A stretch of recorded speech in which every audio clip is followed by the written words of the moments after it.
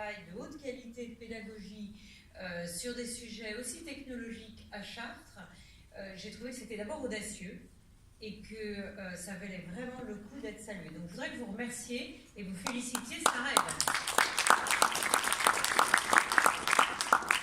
La deuxième chose que je voulais vous dire aussi, c'est que c'est difficile de conclure des débats auxquels je n'ai pas participé, que je n'ai pas pu malheureusement participer à vos débats parce que je siégeais à l'Assemblée nationale hier et que ce matin j'avais beaucoup de rendez-vous à Paris. Mais au vu du programme, je suis sûre que les échanges qui ont eu lieu et les rencontres qui ont pu se faire ici à Chartres étaient très productifs et que vous avez eu un débat en fait qui a brossé énormément de secteurs d'activité, que ce soit l'agriculture, la santé, les finances, l'énergie, beaucoup des domaines où la technologie blockchain va potentiellement transformer les filières économiques. En tout cas, c'est mon credo depuis que en 2016, courant de l'été 2016, il y a quelqu'un qui est venu me voir en me disant il faut absolument que je vous parle de la blockchain.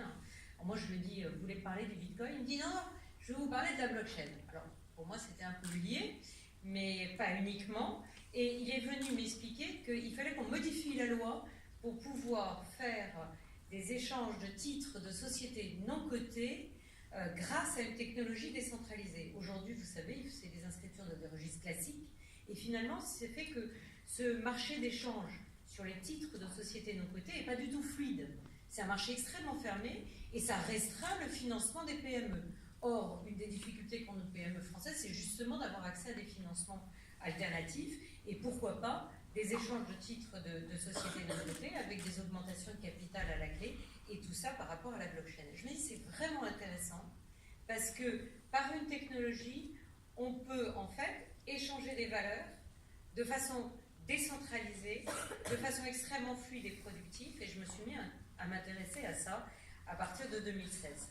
Et j'ai trouvé aussi que le sujet, au regard de tous les débats qu'il y avait sur le Bitcoin, était un sujet éminemment politique. On était en train de nous dire avec le Bitcoin, écoutez, c'est simple, ce qu'ont conçu le Bitcoin, et vous le savez, c'était des libertariens en disant finalement, on n'a plus confiance dans les États, on n'a plus confiance dans les banques centrales, on n'a plus confiance dans les banques, et donc on va s'en passer pour faire créer une monnaie qui s'affranchit en fait du système existant.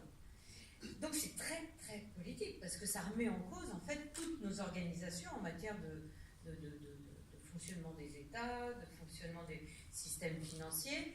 Et alors, je vais vous dire, je fais une confidence, je ne suis pas du tout libertarienne, mais pas du tout. Je suis libérale d'un point de vue économique, mais je suis attachée aux institutions, je suis attachée à la valeur qu'un député peut avoir en démocratie représentative. Mais en revanche, je me suis dit, il y a quand même fondamentalement derrière cette technologie un pouvoir pour la décentralisation, un pouvoir pour finalement le partage au niveau où peut se trouver chacune des intelligences et surtout la collaboration que peuvent avoir des gens pour trouver des solutions à des problèmes qui existent dans la vraie vie.